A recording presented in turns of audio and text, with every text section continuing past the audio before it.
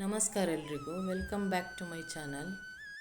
ಇವತ್ತಿನ ವಿಡಿಯೋದಲ್ಲಿ ಕೃಷ್ಣ ಜನ್ಮಾಷ್ಟಮಿಯ ವಿಶೇಷವಾಗಿ ಕೃಷ್ಣನಿಗೆ ತುಂಬ ಇಷ್ಟವಾದ ಅವಲಕ್ಕಿಯಿಂದ ಲಡ್ಡು ರೆಸಿಪಿ ಮಾಡೋದು ಹೇಗೆ ಅಂತ ತೋರಿಸ್ತಾ ಇದ್ದೀನಿ.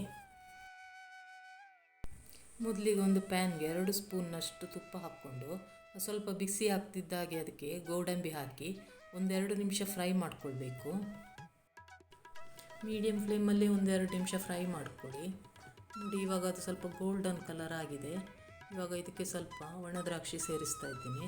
ಇದನ್ನು 1 ನಿಮಿಷ ಅಷ್ಟು ಫ್ರೈ ಮಾಡಿಕೊಂಡ್ರೆ ಸಾಕು. ಅದನ್ನೊಂದು ತಟ್ಟೆಗೆ ಹಾಕ್ತಾ ಇದ್ದೀನಿ. ಇವಾಗ ಅದೇ ಪ್ಯಾನ್ಗೆ 1.5 ಕಪ್ನಷ್ಟು ದಪ್ಪ ಅವಲಕ್ಕಿ ಹಾಕ್ಕೊಳ್ತಾ ಇದ್ದೀನಿ. ಮೀಡಿಯಮ್ ಫ್ಲೇಮಲ್ಲೇ ಗೋಲ್ಡನ್ ಕಲರ್ ಬರೋ ತನಕ ಹುರ್ಕೊಳ್ಬೇಕು. ನಾನಿಲ್ಲಿ ದಪ್ಪ ಅವಲಕ್ಕಿಯನ್ನು ಜರಡಿ ಹಿಡಿದ್ಬಿಟ್ಟು ಬಟ್ಟೆಲಿ ಒರೆಸ್ಕೊಂಡಿದ್ದೀನಿ, ಯಾಕಂದರೆ ಉಂಡೆ ಮಾಡೋದ್ರಿಂದ ಇದನ್ನು ನೀರಲ್ಲಿ ತೊಳೆ ಹಾಗಿಲ್ಲ. ಇವಾಗ ಅದಕ್ಕೆ 1/4 ಕಪ್ನಷ್ಟು ಹುರಿಗಡಲೆ ಹಾಕಿ ಮತ್ತೆ 1 ನಿಮಿಷ ತನಕ ಫ್ರೈ ಮಾಡ್ಕೊಳ್ಳಿ. ಇವಾಗ ಸ್ಟವ್ ಆಫ್ ಮಾಡಿಬಿಟ್ಟು ತಣಿಲಿಕ್ಕೆ ಬಿಡಬೇಕು. ಇವಾಗ ತಣಿವಷ್ಟರಲ್ಲಿ ಒಂದು ಪಾತ್ರೆಗೆ 3/4 ಕಪ್ಪಷ್ಟು ಬೆಲ್ಲ ಮತ್ತು 3/4 ಕಪ್ಪಷ್ಟು ನೀರು ಸೇರಿಸಿ ಬೆಲ್ಲವನ್ನು ಕರಗಿಸ್ತಾ ಇದ್ದೇನೆ. ಯಾವುದೇ ರೀತಿಯ ಪಾಕದ ಅಗತ್ಯ ಇಲ್ಲ. ಇವಾಗ ನೋಡಿ, ಇದು ಬೆಲ್ಲ ಕರಗಿದೆ. ಸ್ಟವ್ ಆಫ್ ಮಾಡ್ಕೊಳ್ತಾ ಇದ್ದೀನಿ. ಇಲ್ಲಿ ಅವಲಕ್ಕಿ ಪೂರ್ತಿಯಾಗಿ ತಣ್ಣದಿದೆ. ಇದನ್ನು ಮಿಕ್ಸಿ ಜಾರಿಗೆ ಹಾಕ್ಕೊಳ್ತಾ ಇದ್ದೀನಿ. ಅದಕ್ಕೇನೆ ಒಂದು 3 ಏಲಕ್ಕಿ ಹಾಕಿ ಪೌಡರ್ ಮಾಡಿಕೊಳ್ಬೇಕು. ನೋಡಿ, ಈ ರೀತಿ ರವೆಯಷ್ಟು ನಯ ಆದರೆ ಸಾಕು.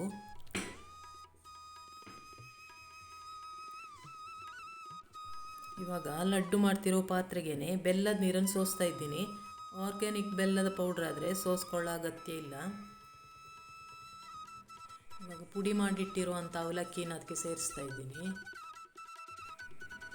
ನಂತರ ಇಲ್ಲಿ 1/2 ಕಪ್ನಷ್ಟು ಒಣ ಕೊಬ್ಬರಿ ತುರಿ ಸೇರಿಸ್ತಾ ಇದ್ದೀನಿ.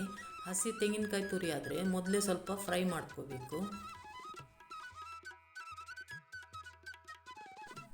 ಇವಾಗ ಇಲ್ಲಿ ಲೋ ಫ್ಲೇಮಲ್ಲಿ ಇಟ್ಕೊಂಡು ಮಿಕ್ಸ್ ಮಾಡಬೇಕು. ಬೆಲ್ಲದ ನೀರು ಸ್ವಲ್ಪ ಜಾಸ್ತಿ ಆದರೂ ಪರವಾಗಿಲ್ಲ, ಯಾಕಂದರೆ ಅವಲಕ್ಕಿ ನೀರಿನ ಅಂಶ ಹೀರ್ಕೊಳ್ಳೋದ್ರಿಂದ ಅದು ತಣಿತಿದ್ದ ಹಾಗೆ ಸ್ವಲ್ಪ ಗಟ್ಟಿ ಆಗ್ತಾ ಹೋಗ್ತದೆ. ಇವಾಗ ಇದಕ್ಕೆ 1 ಸ್ಪೂನಷ್ಟು ತುಪ್ಪ ಸೇರಿಸಿ ಒಂದು 30 ಸೆಕೆಂಡಷ್ಟು ಮಿಕ್ಸ್ ಮಾಡಿದರೆ ಸಾಕು. ಇವಾಗ ಇದು ಸರಿಯಾದ ಕನ್ಸಿಸ್ಟೆನ್ಸಿಯಲ್ಲೇ ಇದೆ.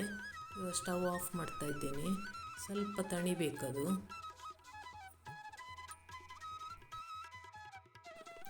ಇವಾಗ ಇದು ಸ್ವಲ್ಪ ತಣ್ಣದಿದೆ. ಕೈಯಲ್ಲಿ ಮುಟ್ಲಿಕ್ಕೆ ಆಗುವಷ್ಟು ಬಿಸಿ ಇದ್ದರೆ ಸಾಕು.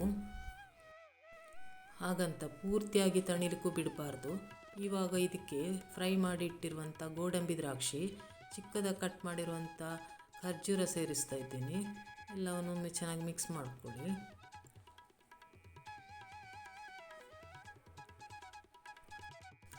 ನಂತರ ನೋಡಿ, ಅಂಗೈಗೆ ಸ್ವಲ್ಪ ತುಪ್ಪ ತಾಗಿಸ್ಕೊಂಡಿದ್ದೀನಿ.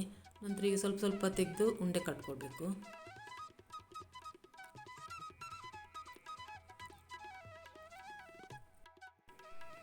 ನಾನು ಗೋಡಂಬಿ ಫ್ರೈ ಮಾಡಬೇಕಾದ್ರೇ ಸ್ವಲ್ಪ ಗೋಡಂಬಿ ತೆಗೆದಿಟ್ಟಿದ್ದೆ. ಇವಾಗ ಉಂಡೆ ಕಟ್ಟಬೇಕಾದ್ರೆ ಅದನ್ನು ಮೇಲ್ಗಡೆ ಒಂದೊಂದನ್ನು ಇಡ್ತಾ ಇದ್ದೀನಿ. ನೋಡಿ, ಈ ರೀತಿ ಈಸಿಯಾಗಿ ಉಂಡೆ ಮಾಡ್ಕೋಬೋದು. ಎಲ್ಲ ಉಂಡೆನ ಮಾಡಿಟ್ಕೊಳ್ತಾ ಇದ್ದೀನಿ. ಕೃಷ್ಣಾಷ್ಟಮಿಗೆ ತುಂಬ ಸುಲಭವಾಗಿ ಮತ್ತು ಬೇಗನೆ ಮಾಡಬಹುದಾದ ಸ್ವೀಟ್ ರೆಸಿಪಿ ಇದು. ಟೇಸ್ಟ್ ಕೂಡ ಅಷ್ಟೇ ಚೆನ್ನಾಗಿರ್ತದೆ. ಖಂಡಿತ ಇದನ್ನೊಮ್ಮೆ ಟ್ರೈ ಮಾಡಿ. ನಿಮಗೆ ಈ ರೆಸಿಪಿ ಇಷ್ಟ ಆಗಿದ್ದಲ್ಲಿ ಲೈಕ್ ಮಾಡಿ, ಶೇರ್ ಮಾಡಿ. ಯಾರಾದರೂ ಸಬ್ಸ್ಕ್ರೈಬ್ ಮಾಡದೇ ಈ ವಿಡಿಯೋ ನೋಡ್ತಾ ಇದ್ದರೆ ದಯವಿಟ್ಟು ಸಬ್ಸ್ಕ್ರೈಬ್ ಮಾಡ್ಕೊಳ್ಳಿ. Happy Krishna Janmashtami and thanks for watching.